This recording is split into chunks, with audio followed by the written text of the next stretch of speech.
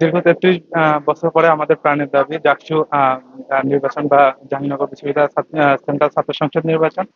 এবং আমাদের এই দাবি হচ্ছে আমরা এত বছর পর ফিরে পেয়েছি, এই জন্য হচ্ছে আমরা আসলে আপ্লুত। এবং আপনারা জানেন যে দীর্ঘ একটা ফ্যাসিবাদ বিরোধী শাসন, ফ্যাসিবাদী শাসন যে একটা কায়েম ছিল দেশে, সেই শাসনের পরে আমরা কিন্তু গণতান্ত্রিক অধিকার আমাদের চর্চা করতে পারি নাই। আমি হচ্ছে আগেই হচ্ছে ভোটার হয়েছে, কিন্তু 2024-এর নির্বাচনে আমি ভোট দিতে পারিনি।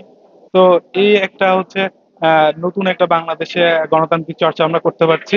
সেজন্য আমাদের 24-এর আন্দোলনে যারা শহীদ হয়েছেন এবং তাদের রুহের মাগফিরাত কামনা করছি, এবং যারা আহত আছেন তাদের সুস্থতা কামনা করছি। আমি ভোটার হয়েছি 2019 সালে, কিন্তু এ যাবৎ আমি কখনো ভোট দিতে পারি নাই।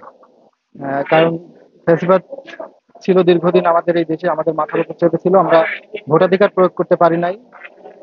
5 আগস্ট পরবর্তী সময়ে আমরা আমাদের নিজের স্বাধীনতা মত প্রকাশ করতে পারতেছি, এবং এই জীবনের প্রথম ভোট জাহাঙ্গীরনগর বিশ্ববিদ্যালয় কেন্দ্রীয় ছাত্র সংসদ নির্বাচন, এই ভোটে এই একটা ভোট দিতে পেরে আমি খুবই আনন্দিত বোধ করছি। দীর্ঘ 33 বছর পর জাতীয় সংসদ নির্বাচন হচ্ছে, মানে কাছাকাছি যদি বলতে যাই প্রায় কাছাকাছি 3 যুগ পরে জাতীয় সংসদ নির্বাচন হচ্ছে। আমরা হচ্ছে একটা ঐতিহাসিক মুহূর্তের একটা সাক্ষী হলাম। এই মানে আমরা এই প্রজন্ম হিসেবে প্রথম হচ্ছে যে ছাত্র সংসদ নির্বাচনে ভোট দিতে পারলাম, আমাদের প্রতিনিধি, যোগ্য প্রতিনিধিকে ভোট দিতে পারলাম। মানে এটা অন্যরকম একটা অনুভূতি কাজ করছে। যেহেতু এটা জীবনের প্রথম ভোট, তার উপরে হলের বিভিন্ন দায়িত্বের জন্য যেহেতু ভোট দেওয়া লাগবে, খুব ভালো একটা অনুভূতি হচ্ছে। তাছাড়া সবাই যেহেতু একসাথে, একটা আমেজ, উৎসব মুখর একটা পরিবেশ চারদিকে, খুব ভালো একটা অনুভূতি। আসলেই এটা আসলে মন থেকে প্রকাশ করার মতো না।